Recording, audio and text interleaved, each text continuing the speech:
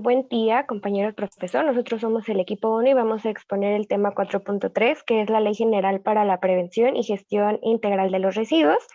Mi nombre es Mariana Ibáñez y bueno, la siguiente, compañero, por favor. Antes de entrar directamente a la ley, para dar una generalidad de por qué es importante como saber o conocer esta ley o por qué se creó, pues venimos arrastrando nosotros durante muchos años la inconsciencia de las empresas, de las personas, de las industrias, de no tener una educación sobre el manejo de los residuos. Se desaprovechan los residuos entre el 45 y el 75%. No se aprovechan, no se reciclan, no se usan para, por ejemplo, generar energía. También tenemos que los servicios de limpieza pues van a carecer de infraestructura, una infraestructura adecuada. Ellos van a provocar igual la contaminación de los suelos, la contaminación del aire.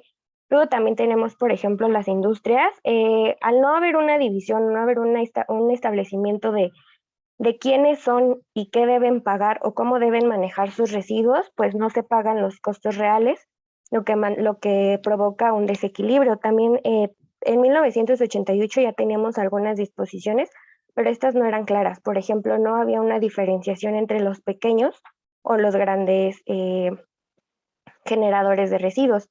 Y bueno, todo esto más otros tantos puntos nos lleva a la ley general, que bueno, esta es la ley máxima en el territorio mexicano en materia de gestión de residuos. La siguiente, por favor.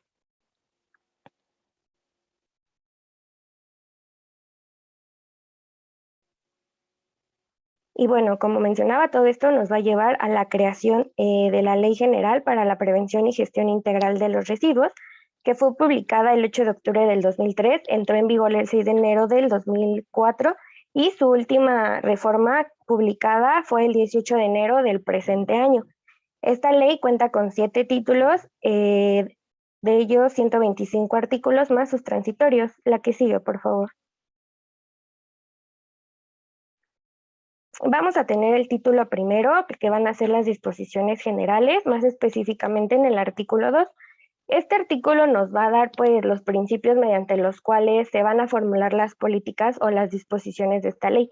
En total va a contar con 12 fracciones donde cada una nos va a dar un principio, pero pues hablando como de forma general, nos hace mención del para qué, por qué, cómo, a quién, a qué me refiero con todo esto. Pues por ejemplo, ¿para qué? Para que podamos tener un ambiente adecuado nosotras las personas y nos podamos desarrollar o disfrutar nuestro derecho a vivir. También para aprender a valorizar y aprovechar los residuos como insumos en actividades productivas. ¿A quién? Pues aquellos que generan residuos, etcétera. La siguiente, por favor.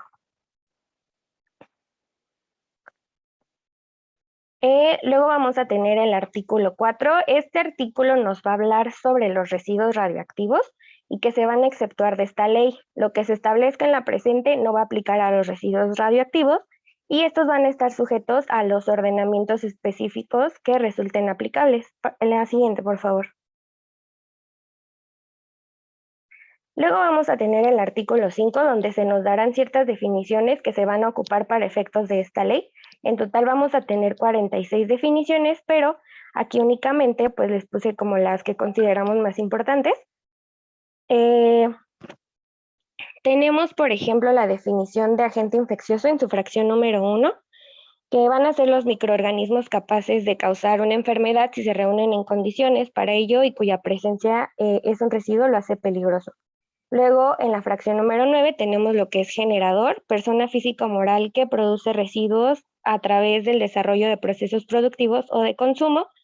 Luego tenemos la gestión integral de residuos, conjunto articulado interrelacionado de todos los aspectos que entran, que va a ir desde su generación hasta su disposición final y todo esto con fin de lograr beneficios ambientales. La que sigue, por favor.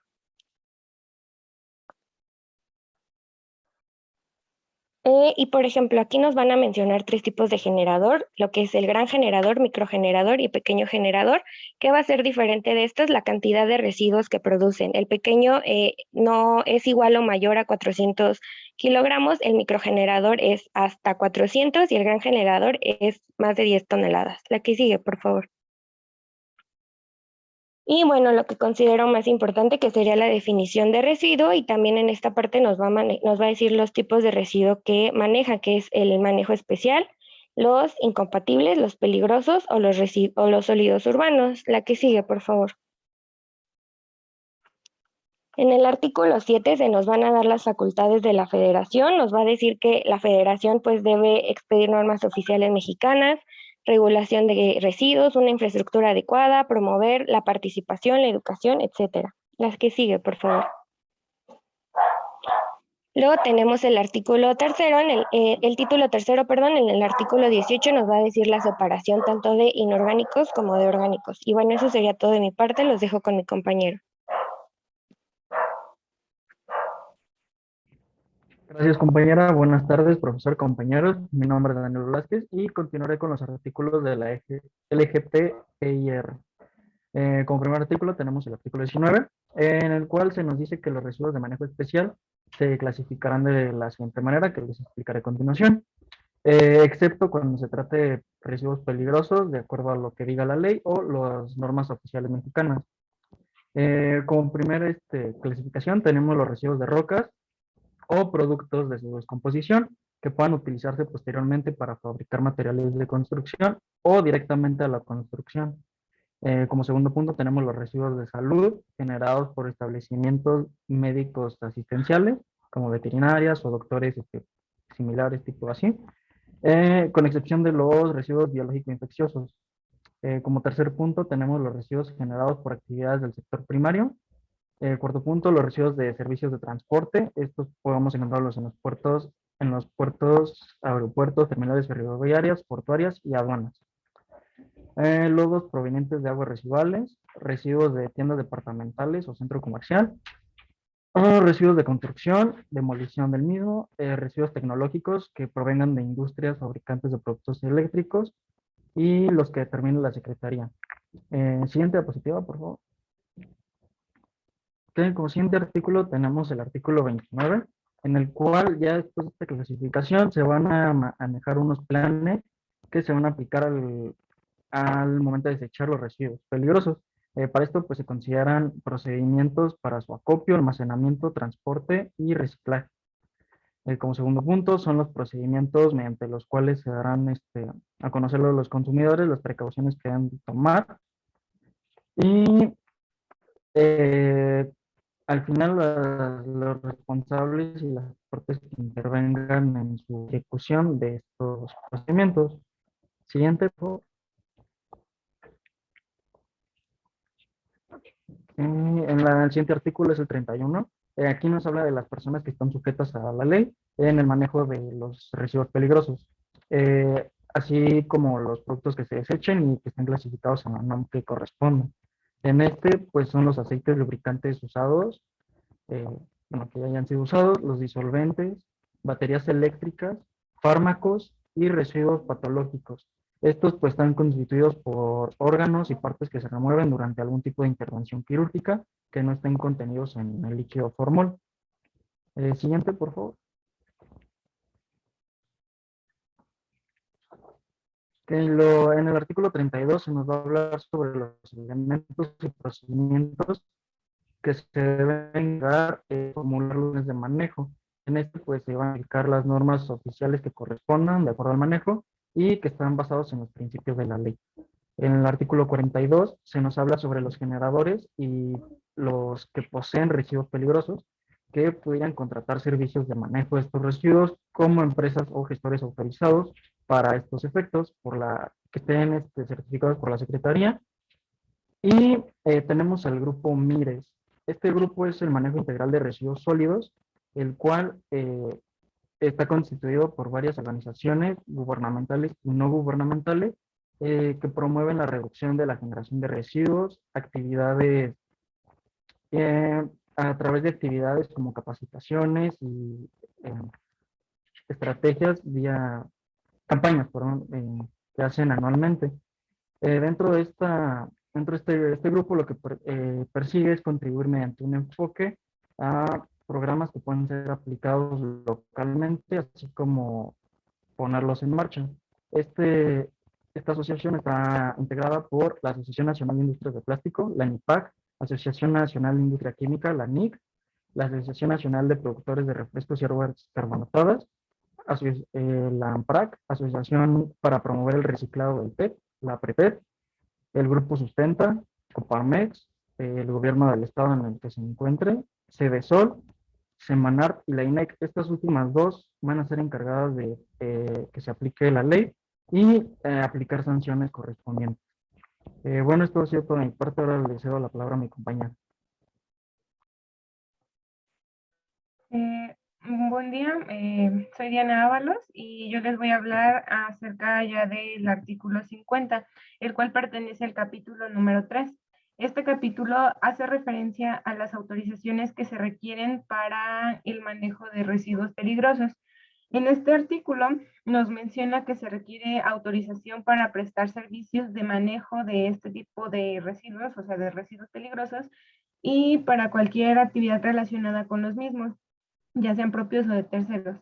También para utilizarlos en procesos productivos, almacenarlos, incinerarlos, transportarlos, importarlos, exportarlos o utilizarlos en otro tipo de procesos productivos. Siguiente, por favor.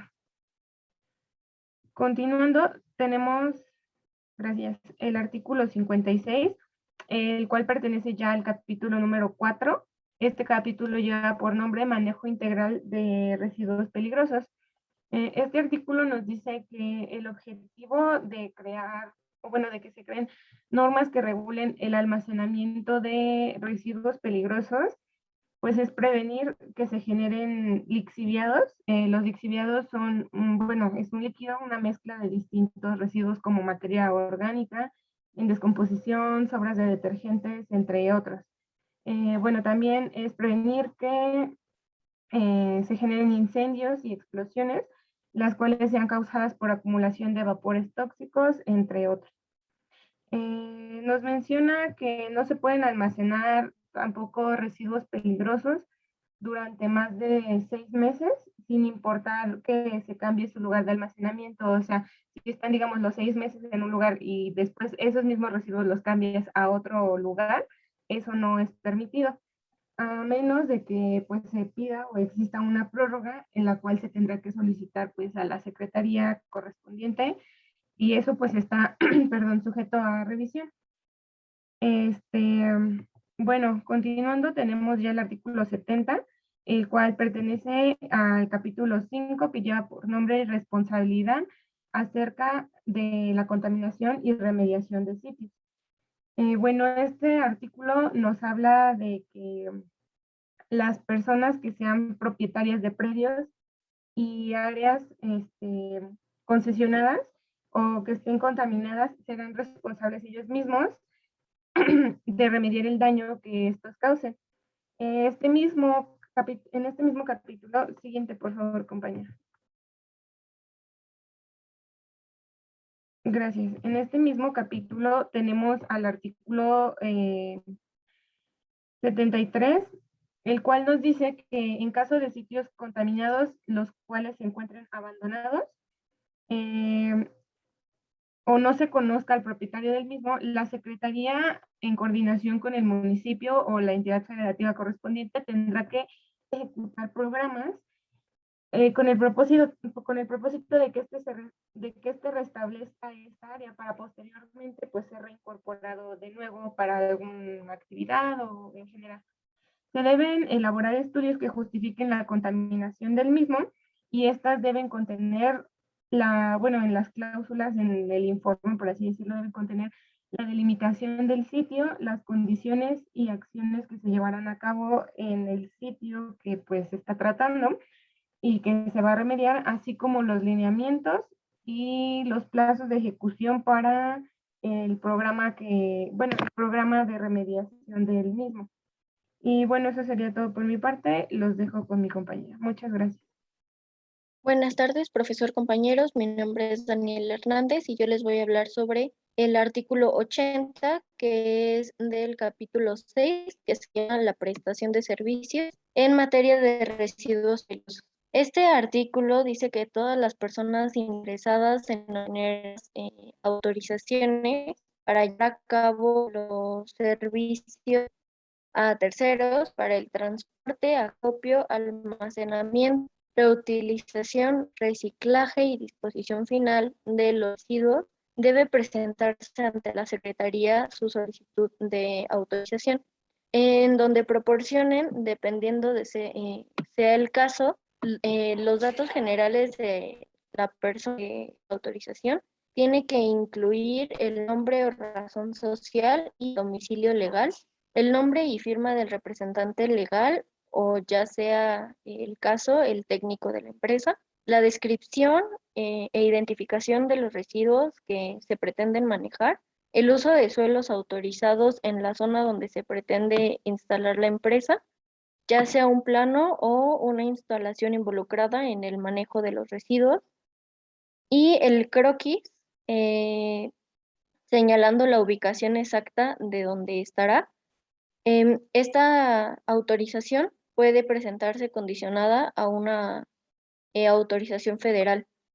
Debe de llevar el programa de capacitación del personal involucrado en el manejo de estos residuos, en la operación de los procesos, los equipos, los medios de transporte y el análisis de los residuos, el programa de prevención y atención de contingencias o las emergencias ambientales y a accidentes referentes a los residuos peligrosos, y una memoria fotográfica de los equipos, vehículos de transporte y todas las instalaciones cuya autorización se esté solicitando.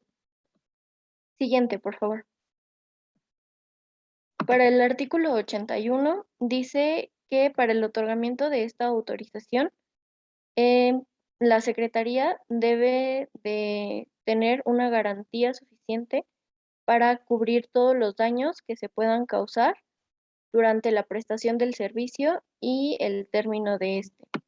Debe de haber algo que la empresa pueda poner por si los daños son mayores a como ya se tenía estipulado.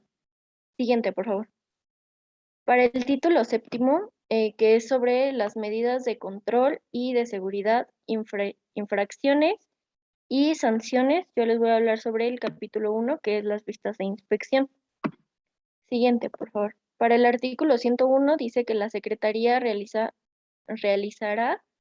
los actos de inspección y vigilancia del cumplimiento de las disposiciones contenidas en esta ley en materia de residuos peligrosos y impondrá todas las medidas correctivas, sanciones y de seguridad que resulten procedentes, ya sea de conformidad con lo establecido en esta ley y en la LGEEPA. Siguiente, por favor. Y por último, les voy a hablar sobre el artículo 102, que dice que las entidades federativas se coordinarán con la federación para llevar a cabo todas las actividades de inspección y vigilancia relacionadas con los microgeneradores que mi compañera ya les comentó, de residuos peligrosos. Y por mi parte es todo. Los dejo con mi compañero. Muchas gracias, compañera. Buenos días. Yo soy Domínguez Diego y yo les voy a dar la continuación con el artículo 103, el cual pues viene de la mano. Nos va a platicar si como un resultado de una visita de una inspección se va a detectar y dentro de esta comisión se va a generar como un delito, pues tendrá que dar una visita a la autoridad competente. Esto pues lo vemos dentro del reglamento completamente y pues viene de la mano con todo lo que nuestra compañera Dan nos dio. Entonces, esto dándole una continuación al artículo 111, ya podemos hablar que sin perjuicio de obligación en remediar el sitio al que se refiere esta ley, la autoridad correspondiente deberá otorgar al infractor la opción a la que se refiere el artículo 168 de la Ley General de Equilibrio y Protección al Ambiente, la cual nos dice que una vez recibidos los alegatos o transcurridos al término de presentarlos, esta secretaría deberá, dentro de los primeros 20 días siguientes a dictar por escrito la resolución respectiva, esta deberá de notificar al interesado, ya sea de manera personal o por correo electrónico, un acuse de recibo. Esto mismo también va de la mano con el párrafo final del artículo 173 de la Ley General de Equilibrio. Esta nos va a platicar un poco más sobre la autoridad correspondiente por si a solicitud del infractor, pues este podrá otorgar a la opción de pagar la multa o realizar inversiones equivalentes dentro de la adquisición o instalación del equipo para evitar pues una contaminación. Retomando ahora sí el artículo 111, en el caso en el que el infractor realice medidas correctivas o de urgente aplicación, en este caso las irregularidades en que hubiera incurrido previamente, la Secretaría debe imponer una sanción. Dicha autoridad deberá considerar tal situación como atenuante y de una infracción cometida. En la resolución administrativa, pues bueno, vamos a señalar principalmente que esto se deberá adicionar a las medidas en las que deben llevarse a cabo todas estas deficiencias, irregularidades que hemos estado observando, los plazos que anteriormente ya les comenté que se deben otorgar al infractor para de esta forma satisfacerla y las sanciones en que ésta hubiera hecho el acreedor, ¿verdad? Esto principalmente es dentro de los 5 días hábiles que siguen al vencimiento del plazo otorgado. Por el infractor, pues bueno, esto debe dar de escrito y de forma detallada a la autoridad ordenadora. Esto pues ya nos lleva al artículo 112, en donde las violaciones a los preceptos de esta ley y disposiciones de ella serán sancionadas administrativamente por la Secretaría con una o más de las siguientes sanciones. Esta sí es muy importante que la sepamos, ya que la 1 es una cláusula temporal o definitiva, total o parcial, siempre y cuando el infractor no hubiere cumplido los plazos y condiciones impuestos por la autoridad con medidas correctivas de urgente aplicación ordenada. En caso de que haya una reincidencia, cuando las infracciones se generen o efectos negativos al ambiente, pues este también deberá de tener, por decirlo así, nuevamente un efecto negativo, lo cual nos va a llevar al párrafo C, que se va a tratar de una desobediencia reiterada. Esto principalmente cuando se trate de 3 o más ocasiones al cumplimiento de alguna de las medidas que anteriormente ya sí se implementaron en un sentido correctivo o en una aplicación impuesta por la autoridad. Ahora sí, retomando el 2, nos dice que el arresto administrativo puede ser hasta por 36 horas. En el número 3 tenemos una suspensión o revocación por concesiones, quitando licencias, quitando permisos o autorizaciones incluso correspondientes. Ya en el siguiente, que es el 4, tenemos la remediación de sitios contaminados, que va de la mano con el número 5, el cual ya son multas. Estas multas son equivalentes a dentro de 20 a 50,000 días de salario mínimo general. Esto por lo que esté vigente en el CDMX al momento de imponer la sanción. Ahora sí, llevando esto al artículo 116, nos va a hablar que los interesados afectados por los actos de las resoluciones en autoridades administrativas que vayan a poner un fin al procedimiento administrativo, principalmente van a tener una instancia o van a resolver un expediente. Esto interponiendo el recurso de revisión cuando se procede a intentar a la vía jurisdiccional que ésta corresponda. O sea, que el plazo para interponer el recurso de revisión será de 15 días contados, mucho ojo aquí, contados a partir del día siguiente, no en el día en donde nosotros tenemos la multa, sino en el día siguiente, aquel en el que se hubieran surtido efectos la notificación de la resolución a la que ésta recurra. Bueno, dicho todo esto, ya podemos concluir que en esta investigación se tocaron puntos muy importantes que van de la mano con todas las exposiciones y las leyes generales que vimos anteriormente, ya que en esta pues vemos principalmente algunas resolutivas, vemos prevenciones, vemos cómo intentamos sancionar a quienes dañan el medio ambiente y pues de la misma manera obtener una mejora, siempre desarrollando lo que es el futuro en la industria y generando una conciencia dentro de los mismos empleadores como trabajadores para que estas leyes pues se puedan realizar en organización como lo indica la Semarnat o el INEC en este caso, que son los encargados de supervisar a las empresas que apliquen esta ley. Y bueno, compañeros, nosotros concluimos la presentación con la siguiente frase que dice: si no estás comprando productos reciclados, no estás reciclando realmente. Y esto es por Edgar Begley Jr. De igual forma les agrego